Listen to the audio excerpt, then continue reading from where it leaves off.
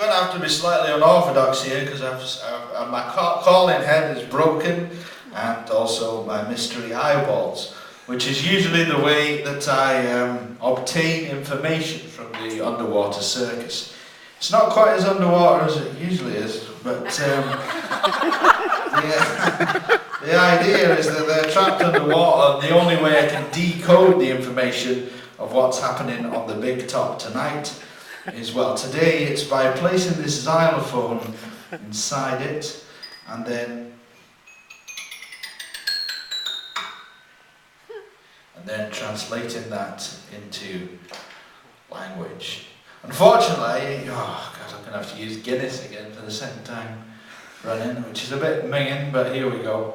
I'm going to have to translate what that message means, and it means this.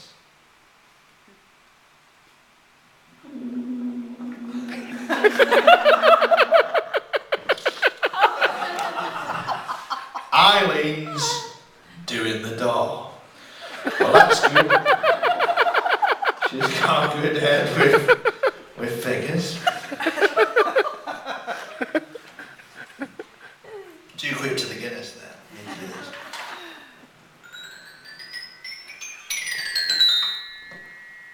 And that means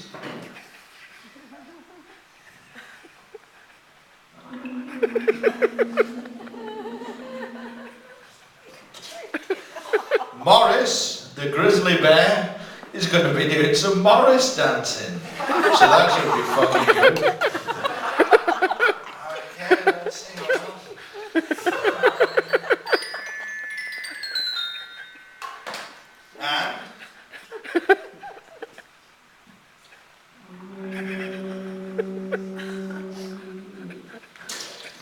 They're going to be setting the monorail on fire while there's someone up there still fixing the tracks. That should be good. And I've heard there's a competition.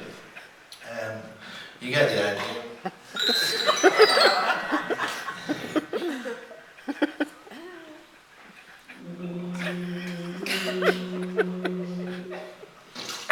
Who's in the piano?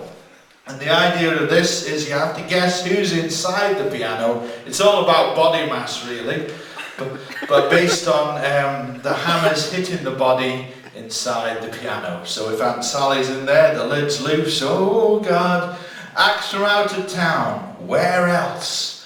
And also last week's quiz answers. Now the question was, how many sexual scenarios are there before you start repeating yourself? Now, does anyone have any ideas? No ideas. No? Well, the answer is actually 7. There's the Duncan Top, I'm sure you're all familiar with that. The Claw Hammer, the Pony, Sentimental Sue, that's a good one. The Quivering Octopus, Ball Sack, and the Cloak. So I'm glad that's cleared up. But to be honest with you, it's a long time since I've had a holiday, and I could really do with a holiday. This actually is my holiday, so welcome to my holiday. But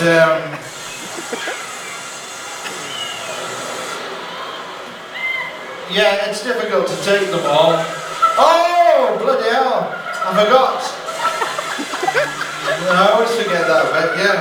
I haven't actually introduced anyone to what is inside Twonkey's Cottage, which is actually the point of the whole fucking show.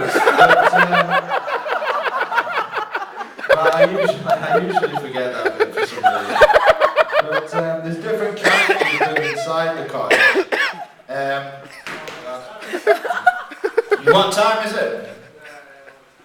Okay, well this is Eerie Bill. He's a shapeshifter. At the moment he's presenting himself as a crocodile, but he's usually a sausage dog.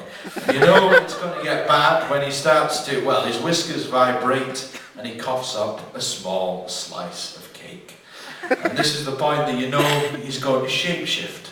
The most embarrassing incident was an incident on Bridlington Pier, where he shapeshifted into a roll of He-Man wallpaper.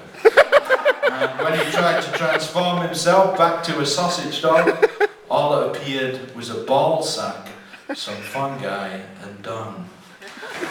So all these stories are slightly sad. Where's the... there it is. The little thing here. This is the... if you like, the People's Princess. This is Brunsfield Lottie. Now, you've all heard the tale of Greyfriars Bobby.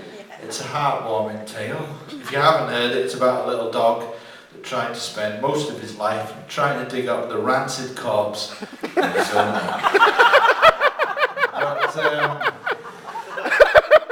But Brunsfield Lottie was a different kind of dog. His owner did die, and he did try and dig up the grave, but he also helped out in the graveyard, and he actually made structural repairs to the grave, and he was experienced in cement work and pointing. So history may have forgotten you, Brunsfield, but we certainly won't.